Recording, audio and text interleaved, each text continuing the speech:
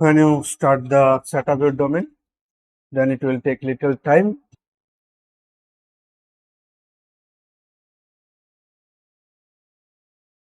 You can go from here, your domain hosting setup from here. When click here the setup button, then it will take time. Then you can set up your website. Need to add domain name. Then next,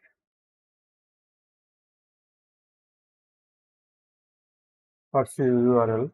So we could not detect any CMS. Back.